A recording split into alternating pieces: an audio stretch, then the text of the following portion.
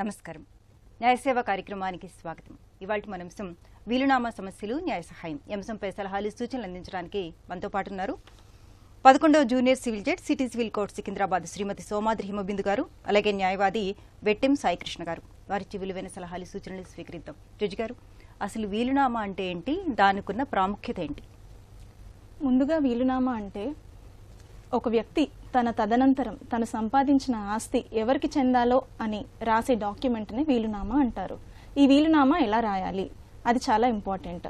ఏదైనా సరే డాక్యుమెంట్లో, ఒక పేపర్ పైన కానీ, ఒక నోటరీ డాక్యుమెంట్ కానీ, ఎనీ లీగల్ డాక్యుమెంట్లో తను సంపాదించిన ఆస్తి ఎవరెవరికి చెందాలి, తను ఏ ఆస్తులు సంపాదించాడు, మోర్ పర్టికులర్లీ ఈ పర్సన్ చాలా స్పెసిఫిక్గా డిస్క్రైబ్ చేస్తూ తన ప్రాపర్టీస్ ఏవైతే ఉన్నాయో అవన్నీ కూడా క్లియర్గా మెన్షన్ చేస్తూ ఒక మినిమం 2 విట్నెసెస్ ఎదుటుగా కూర్చొని రాయాలి. రాసిన తర్వాత తను సంతకం చేయాలి.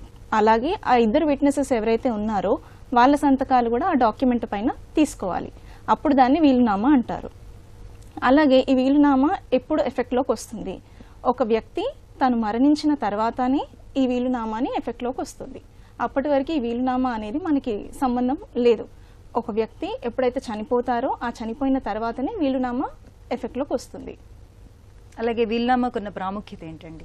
వీలునామా మెయిన్గా ఎందుకు రాస్తారు అంటే, ఒక వ్యక్తి తను సంపాదించిన ఆస్తిని తన ఇష్టపూర్వకంగా ఎవరికి ఇవ్వాలి అని అనుకుంటున్నారో వాళ్ళకి చెందేలాగా చూసుకునే కాన్సెప్టే ఈ వీలునామా.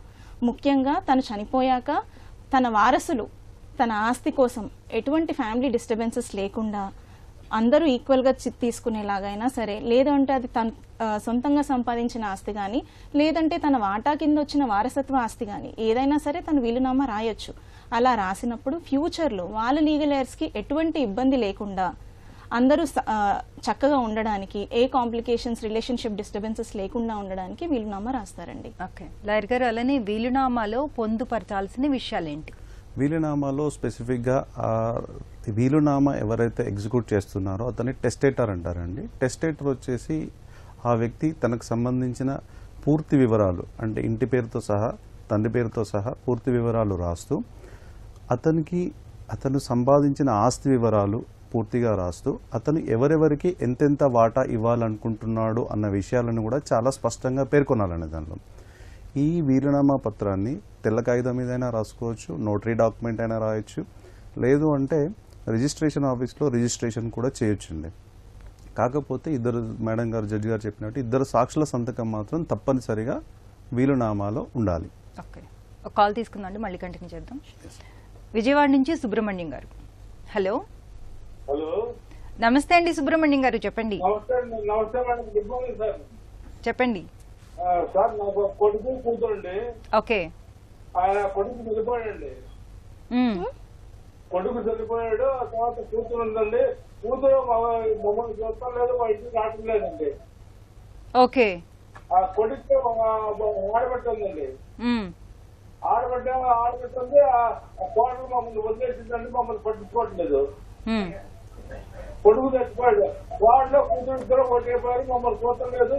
ఈ ఆస్తి మొత్తం కట్టేసుకోరండి. మా నాన్న దగ్గర నుంచి కానీ, మా సార్ దగ్గర నుంచి, ఎవరి దగ్గర నుంచి రాలేదండి. ఓకే. ఇప్పుడు ఈ ఆస్తి నేను కొంత భాగం మా మనోళ్ళకి, కొంత భాగం నా కూతురికి రాసి, కొంత భాగం నన్ను చూసిన రాయాలనుకుంటున్నానండి. చచ్చిపోయిందంటే తొమ్మిది వీలునామా రాశానండి, అది చేశాను. దాన్ని రద్దు చేసి మళ్ళీ కొత్త వీలునామా రాసుకోవచ్చా?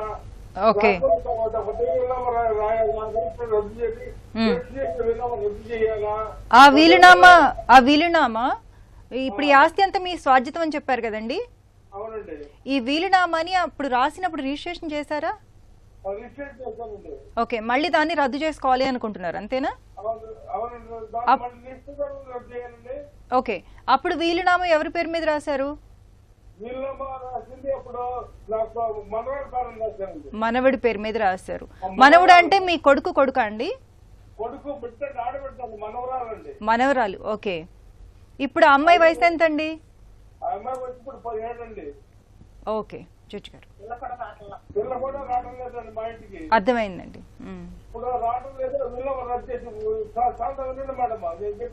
చెప్పండి. ఎందుకంటే వాళ్ళు నా రక్తం కాబట్టి నా మనవరాలు, నా కూతురు నా రక్తం అండి. వాళ్ళ కొంత ఆస్తి రాస్తారు. రాసిన తర్వాత వాళ్ళు పెట్టుకున్నంత వరకు దాన్ని అనుభవించి దాన్ని అక్షయ పత్రం కార్యక్రమానికి చేయాలనుకుంటున్నానండి. పెట్టుకున్నంత వరకు వాళ్ళకి రాసి తదనంతరం వాళ్ళకి చేసేది. ఓకే, అర్థమైందండి, మీ సమస్య అర్థమైంది. జడ్జి గారు చెప్తున్నారు, వినండి. చెప్పండి సార్. సార్ మీరు చెప్పినట్టుగా ఈ ఆస్తి మొత్తం మీ సొంత ఆస్తి, మీరు సొంతంగా సంపాదించుకున్నదే. అలాగే మీరు ఆల్రెడీ వీలునామా రాసున్నారు, అది ఆల్రెడీ రిజిస్ట్రేషన్ కూడా అయి ఉంది. సో మీరు డెఫినెట్ గా చేంజ్ చేసుకోవచ్చండి, వీలునామా మార్చుకోవచ్చు. మీకు ఎవరి పేరు మీద రాయాలి అని ఉంటే వాళ్ళకి మీరు రాయొచ్చు. కాకపోతే మీరు ఆల్రెడీ రిజిస్ట్రేషన్ చేసున్నారు కాబట్టి వీలునామాని ఈసారి ఏదైనా చేంజెస్ చేసినప్పుడు కూడా మీరు మళ్ళీ రిజిస్ట్రేషన్ చేసి ఉండాలి.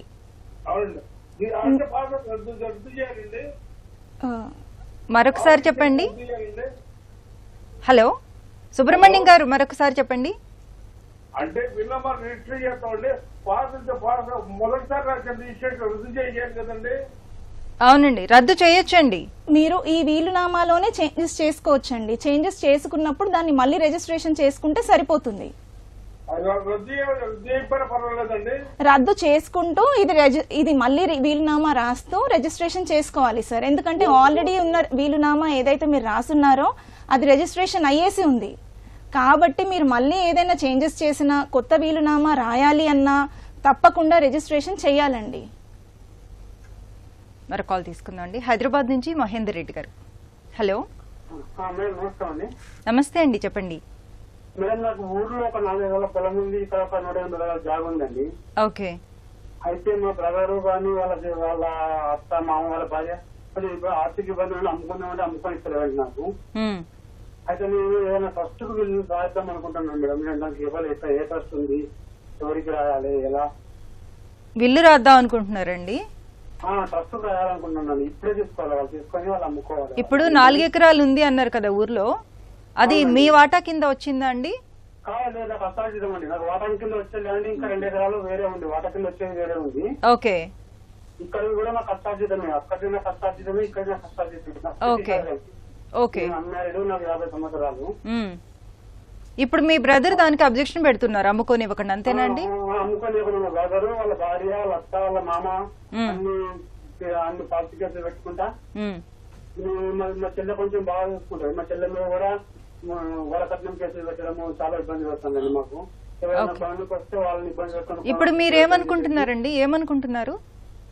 నేను ఎవరికైనా ట్రస్ట్ కు ఇప్పుడే రాస్తే వాళ్ళు ట్రస్ట్ వాళ్ళు అమ్ముకుంటారా, అమ్ముకొని ఏమైనా చేసుకోగలుగుతారా, వాళ్ళు అలా ఇస్తారా, నాకు ఇబ్బంది రాదు. వాళ్ళతోని పోలీసు సెక్యూరిటీ నాకు కొంచెం కల్పించి ట్రస్ట్ తీసుకుంటే సంతోషం నాకు. అంతే, ఏం లేదు. లాయర్ గారు, నేను నాకు సంబంధం లేదని వదిలేస్తున్నా, అర్థమైందండి. మాత్రమే ఇస్తున్నాను. మహేందర్ రెడ్డి గారు, మీరు స్వతహాగా స్వార్జితంతో సంపాదించిన ఆస్తి కాబట్టి మీకు దానిపైన సంపూర్ణమైనటువంటి హక్కులు ఉంటాయండి.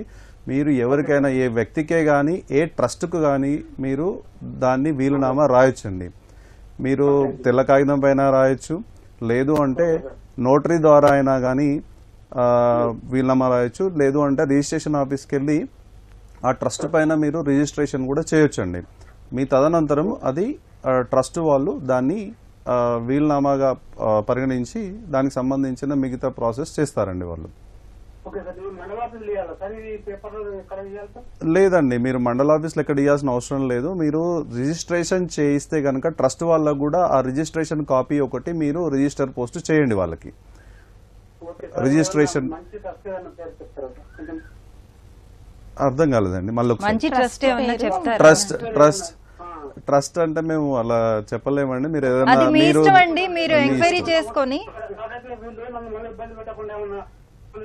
ఓకే, ఆ ట్రస్ట్ వాళ్ళు కూడా ఇబ్బంది పెట్టకుండా అన్నట్టు. మీరు ఒకవేళ మీరు దేవుని కైంకర్యాల కోసం అనుకుంటే కనుక ఏదన్నా గుడికి కానీ, లేదంటే ఏదన్నా దేవస్థానం ట్రస్ట్ కానీ మీరు దాన్ని చేయొచ్చండి. ఇవ్వచ్చండి, మీరు ఏదైనా ఇవ్వచ్చు, ఏదైనా కానీ ల్యాండ్ వీలునామా ఇవ్వచ్చు. కాకపోతే అది అదే అండి, మీరు రిజిస్ట్రేషన్ చేసిన తర్వాత ఆ ట్రస్ట్ కి ఈ కాపీని మాత్రం ఒకటి రిజిస్టర్ పోస్ట్ చేయండి వాళ్ళకి. వాళ్ళ నోటీస్ లో ఉంటుంది, వాళ్ళ రిజిస్టర్ లో ఎంటర్ చేసి పెట్టుకుంటారు. మీ తదనంతరం అది వాళ్ళకి ట్రస్ట్ వాళ్ళు దాన్ని చేసుకుంటారు అనమాట, స్వాధీనం చేసుకుంటారు. మరో కాల్ తీసుకుందాం అండి. మచిలీపట్నం నుంచి శివకుమార్ గారు. హలో హలో శివకుమార్ గారు. హలో.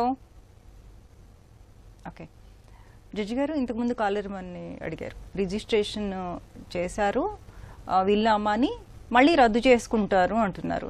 అంటే వీళ్ళామా అనేది కంపల్సరీ రిజిస్ట్రేషన్ చేసుకోవాలంటారా? వీలునామా మనకి రిజిస్ట్రేషన్ యాక్ట్ ప్రకారం వీలునామాని రిజిస్ట్రేషన్ చేయాల్సిన అవసరం లేదు. కానీ రిజిస్ట్రేషన్ చేస్తే దానికి చట్టబద్ధత అనేది పెరుగుతుంది. లీగల్ వ్యాలిడిటీ, లీగల్ శాంక్టిటీ అనేది చాలా ఎక్కువ ఉంటుంది when it is compare to unregistered document. Okay. So ఈ రిజిస్ట్రేషన్ చేయడం వల్ల యూజ్ ఏంటి అంటే ఫ్యూచర్ లో ఎవరైనా ఫోర్జరీ చేయడానికి కూడా ఆప్షన్ ఉండదు.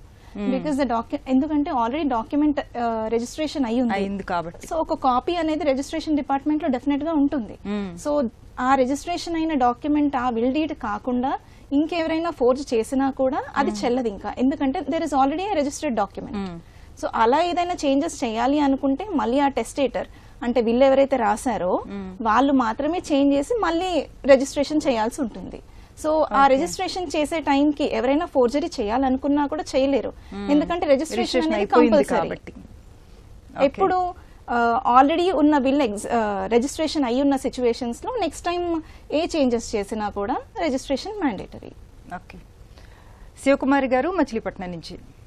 హలో. హలో మేడం గారు, గుడ్ మార్నింగ్ అండి. గుడ్ మార్నింగ్ అండి, చెప్పండి. అంటే ఇదే మన రిజిస్ట్రేషన్ దాని గురించి అడుగుదామన్న మేడం గారిని. అడిగండి అమ్మా. అదే మేడం గారు, ఏంటంటే ఇప్పుడు మా నాన్నగారిని ఒక ఆవిడ దత్తత తీసుకుందండి. ఓకే. ఆ తీసుకున్న ఆవిడ ఏం చేసిందంటే ఆవిడకి ఇల్లు ఉంది, అది మా నాన్నగారికి రాజేసింది ఆవిడ. ఓకే. అప్పుడు ఏమైందంటే ఇక అప్పుడు ఆవిడ చనిపోయింది. చనిపోయిన తర్వాత నెక్స్ట్ ఏమైందంటే మా అన్నయ్య మేమండి 4 ఆడపిల్లలు, ఒక మగపిల్లడు. అయితే నాన్నకి రాసేసిన తర్వాత నాన్నగారు కూడా ఈ మధ్యన చనిపోయారండి.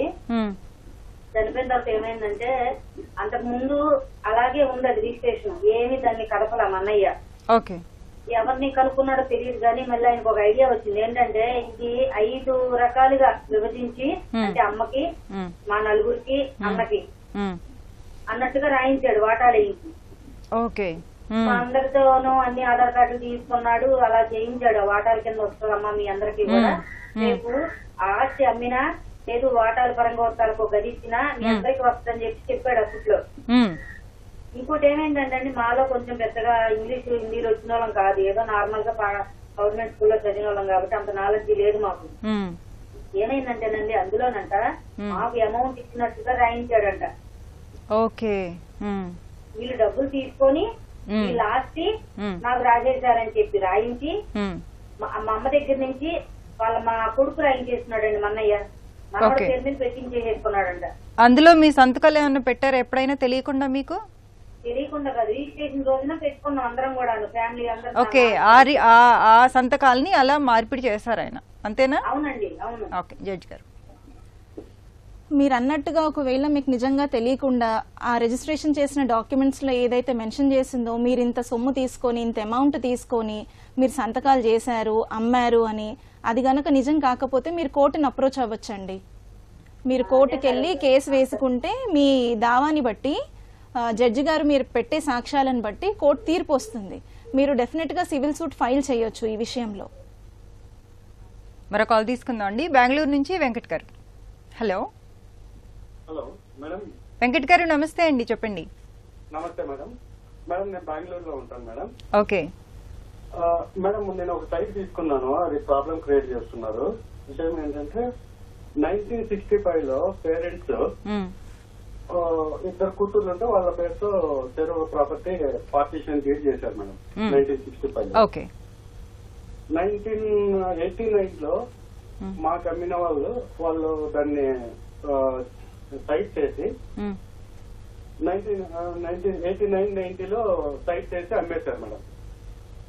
ఓకే. మాకు అమ్మిన 1990 లో తీసుకున్నాడు సైట్. అది నేను 2011 లో నేను కొన్నాను మేడం అది. ఓకే. ఇప్పుడు ప్రెసెంట్ ఏంటంటే 1965 లో ఏదైతే బిల్లు చేశారో పేరెంట్స్, వాళ్ళల్లో ఫాదర్ చనిపోయాడు, మదర్ బతుకుంది ఎప్పుడు 2007 వరకు. 2007 లో మదర్ తో క్యాన్సిల్ చేపించి అది డీడ్ ఏది 65 లో రాసింది. 2007 లో క్యాన్సిల్ చేసి ఉమ్, రెండో కూతురు కోడలు ఆయన పేరుతో వీలునామా రాపించుకున్నాను. ఆయన వచ్చి ఇప్పుడు ఇది నాది అని చెప్పేసి గొడవ చేస్తున్నారు. ఎవరు నాది అంటున్నారు? 1965 లో ఎవరైతే రిజిస్ట్రేషన్ చేశారో ఆయన నాది అంటున్నారా? లేదు మేడం, 1965 లో చేసిన వాళ్ళు మాకు అమ్మారు, వాళ్ళ దగ్గర నుంచి సమస్య ఏమీ లేదు మేడం. 1989 లో అతను 89 లో తీసుకున్నాడు, ఆయన మాకు అమ్మినాడు, ఆయన దగ్గర నుంచి కూడా సమస్య లేదు. 2007 లో బిల్లు క్యాన్సిల్ చేసి 65 ఎగ్జిక్యూటివ్ చేసిన బిల్లు క్యాన్సిల్ చేసి 2007 లో 2007 లో కొత్తగా బిల్లు రాపించుకున్నారు. అదెవరు? రెండో కూతురు కోడలు. అసలు బిల్లు ఎవరు రాశారండి? ఫస్ట్ 2 పేరెంట్స్ రాశారు మేడం. 65 లో పేరెంట్స్ రాశారు బిల్లు. అది ఓకే. ఇద్దరు కలిసి, తల్లిదండ్రులు ఇద్దరు కలిసి. ఇప్పుడు ఆ ఇద్దరులో ఇద్దరు ఉన్నారా? 65 లో రాసిన వాళ్ళు ఇద్దరు ఉన్నారా తల్లిదండ్రులు? 2007 లో లేరు మేడం. ఓకే. ఇప్పుడు లేనప్పుడు తల్లి మటుకు ఉంది. తల్లితో మటుకు క్యాన్సిల్ చేపించేసి ఓకే వేరే బిల్లు రాపించుకున్నారు. అసలు రాసింది వీలునామా రాసింది మాత్రం తండ్రి, అంతే కదండి? ఆ రాసిన ఆయన చనిపోయారు. ఓకే, అర్థమైంది లాయర్ గారు. సార్, మీరు చెప్పిన దాని ప్రకారం ఏంటంటే ఒక వీలునామా ఒక వ్యక్తి ఎగ్జిక్యూట్ చేసిన తర్వాత అతను చనిపోయిన తర్వాత వాళ్ళ వారసులు కానీ వేరే వాళ్ళు కానీ ఎవరు కూడా దాన్ని క్యాన్సిల్ చేసే హక్కు కానీ వ్యవస్థ కానీ ఉండదండి. అది ఆయన స్వార్జితము. ఆయన తదనంతరం ఎవరికైతే చెందాలనుకుంటున్నాడో వాళ్ళకి చెందుతుంది. ఆ చెందిన వ్యక్తులు మళ్ళీ ఎవరికైనా అమ్ముకోవచ్చు, వాళ్ళ ఇష్టానుసారంగా ఆ ప్రాపర్టీని ఎంజాయ్ చేయొచ్చండి. సో ఇక్కడ క్వశ్చన్ ఏంటి అంటే మీకు ఇప్పుడు ఆ వీలునామా రాసినప్పుడు ఇప్పుడు వాళ్ళ భార్య భర్త ఇద్దరు కలిసి రాశారా వీలునామా?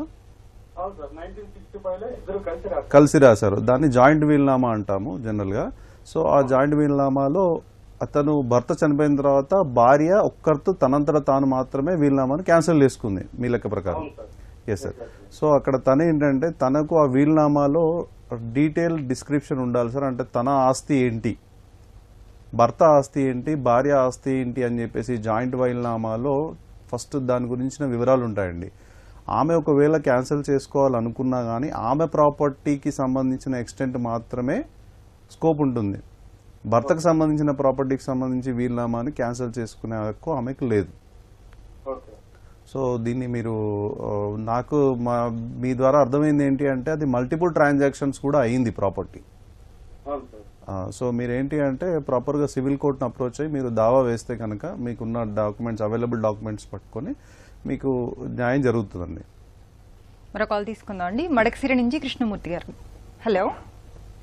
హలో, నమస్తే అండి, చెప్పండి. మేడం నమస్తే మేడం. చెప్పండి మేడం. మా పొలం 3 ఎకరాల 75 సెంట్ల పొలం ఉంది మేడం. ఓకే. అందుకని మేము దాదాపు 40 సంవత్సరాల నుంచి దాన్ని సాగు చేస్తున్నాము. ఆ భూమికి సంబంధించిన రికార్డు వచ్చి కోర్టులో మేము డిగ్రీ కాపీ అయింది మేడం, మాకు మడకసిర కోర్టులో. అంటే ఏ సందర్భంలో అయిందండి? మేడం ఆ భూమి మేము దాసప్ప అనే దగ్గర కొన్నాం మేడం. ఆయన దగ్గర నుంచి కొన్న తర్వాత మేము మళ్ళీ ఆయన రివర్స్ అయినారు మేడం మా పైన. ఓకే. ఆ రివర్స్ అయిన తర్వాత మేము కోర్టుకి వేసాం. అంటే మీరు రిజిస్ట్రేషన్ చేసుకోలేదా అండి ఆ టైంలో? లేదు మేడం, అది ఇది మేడం గవర్నమెంట్ ల్యాండ్ మేడం అది. ఓకే, గవర్నమెంట్ ల్యాండ్ ని మీకు అమ్మారు ఆయన? అమ్మినారు మేడం. ఏదో ఆరోగ్య ఇబ్బంది అనేసి ఆరోగ్య పరంగా డబ్బు తీసుకున్నాడు మా దగ్గర. అమ్మినాడు, మళ్ళా రివర్స్ అయినారు మేడం ఆయన 40 సంవత్సరాల తర్వాత. 40 సంవత్సరాలు అయిన తర్వాత మేడం. ఓకే. మళ్ళా మేము మడకసిర కోర్టులో కేసు చేస్తాం మేడం. అది జడ్జిమెంట్ కాపీ అయింది, డిగ్రీ కాపీ కూడా అయింది మేడం, పర్మనెంట్ ఇంజక్షన్ ఆర్డర్ కూడా అయినది మేడం. ఓకే. మళ్ళా వచ్చి ఇప్పుడు ఆయన మాకు తెలియకున్నట్లు వేరే వాళ్ళకి అమ్మినట్లు అమ్మి వేరే వాళ్ళు పట్టా చేయించుకున్నారు మేడం. ఓకే. వాళ్ళు ఆయన కొడుక్కి వీలునామా రిజిస్ట్రేషన్ చేశారు మేడం. దీనికి పరిష్కారం ఎట్లా మేడం? ఇప్పుడు భూమి సాగు ఎవరు చేస్తున్నారండి? మీరే చేస్తున్నారా? నేనే మేడం, నేనే కృష్ణమూర్తి. ఇప్పుడు కూడా మీరే ఉన్నారా? ఇప్పుడు కూడా భూమి కబ్జాలో మీరే ఉన్నారా? నేనే సాగు చేస్తున్నాం మేడం. ఓకే. జడ్జి గారు, భూమి పొజిషన్ లో మీరు ఆల్రెడీ ఉన్నారు కదండి కృష్ణమూర్తి గారు? అవును మేడం. సాగు చేస్తుంది కూడా మీరే కదా? అవును మేడం. అండ్ మీ ఫేవర్ లో ఇంజంక్షన్ ఆర్డర్ కూడా ఉంది కదా? అవును మేడం. సో మీ ఫేవర్ లో ఇంజంక్షన్ చెప్పండి. మేడం డిగ్రీ కాపీ ఉంది, మళ్ళా జడ్జిమెంట్ కాపీ కూడా ఉంది, మళ్ళీ పర్మనెంట్ ఇంజెక్షన్ కూడా ఉంది మేడం. చాలా మంచిది. మీ ఫేవర్ లో ఇన్ని ఆర్డర్స్ ఉన్నాయి కాబట్టి ఒకవేళ వాళ్ళు ప్రాపర్టీ మాది అని చెప్పి మీరు ఇంజంక్షన్ వేసుకున్నప్పుడు టైటిల్ డిక్లరేషన్ ఏమైనా వేసుకున్నారా అండి? ఓన్లీ ఇంజంక్షన్ ఆర్డర్స్ కే వేసుకున్నారా? మేడం అది మా నాన్నగారు చేశారు అప్పుడులో, నేను సరిగ్గా తెలియదు మేడం. అది లెక్కలో పర్మనెంట్ ఇంజెక్షన్ ఆర్డర్ డి పట్టా కూడా ఉంది మేడం మాకు.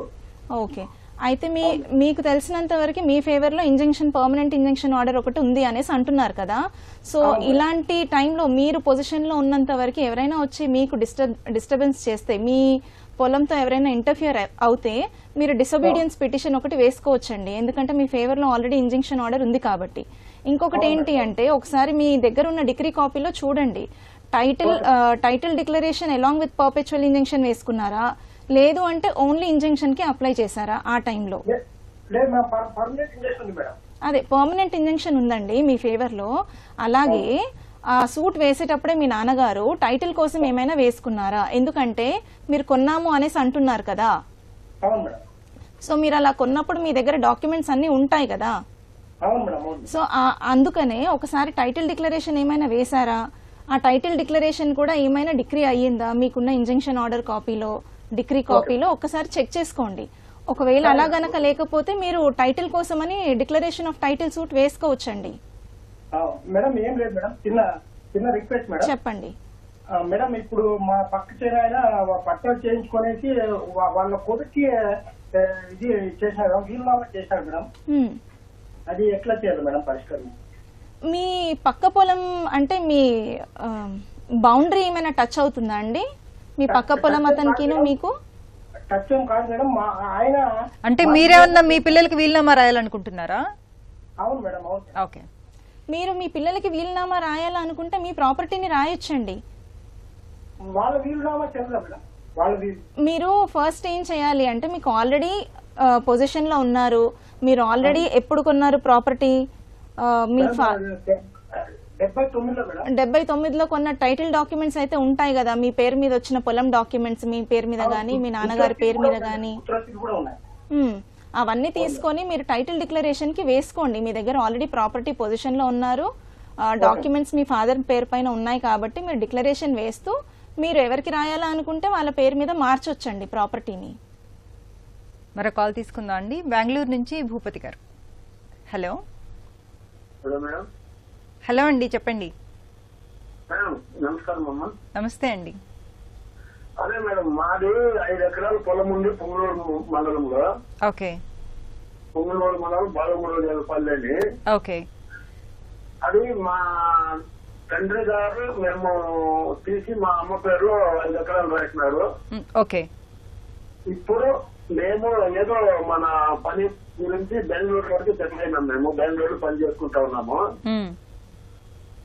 మా అన్నయ్య అక్కడ వాళ్ళ కూతురుకి మనవాళ్ళకి అందరికి రాసేసినారు మేడం. ఓకే, మీ అమ్మగారి పేరు మీద ఉంది కదండి ఆస్తి?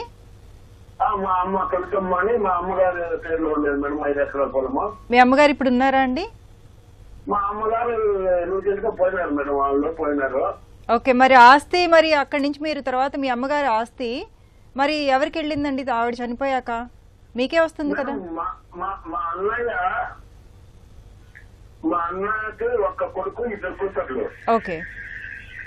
వాళ్ళ కూతురు పైన రాసేసినారు మేడం, కూతురు పైన రాసి పెట్టేసినారు.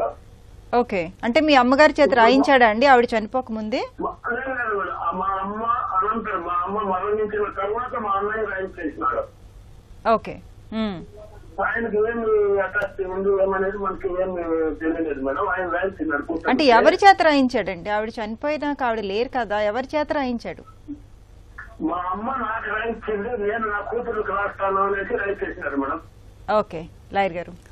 సో వినండి, మా అమ్మ రాసినట్టు ఏది అటాచ్. అర్థమైందండి, మీ సమస్య అర్థమైంది. లాయర్ గారు చెప్తున్నారు వినండి. భూపతి గారు ఏంటంటే మీ తండ్రి గారి స్వార్జితమైనటువంటి ఆస్తి ఆయన బతికుండగా మీ తల్లిగారి పేరుకి రాసిచ్చారు.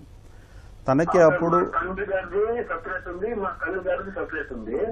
ఇప్పుడు మీ తల్లిగారికి చెందిన ప్రాపర్టీని మీ అన్నయ్య వాళ్ళ పిల్లల పేరు మీదకి చేపించాడు, అంతేనా అండి? అవునండి.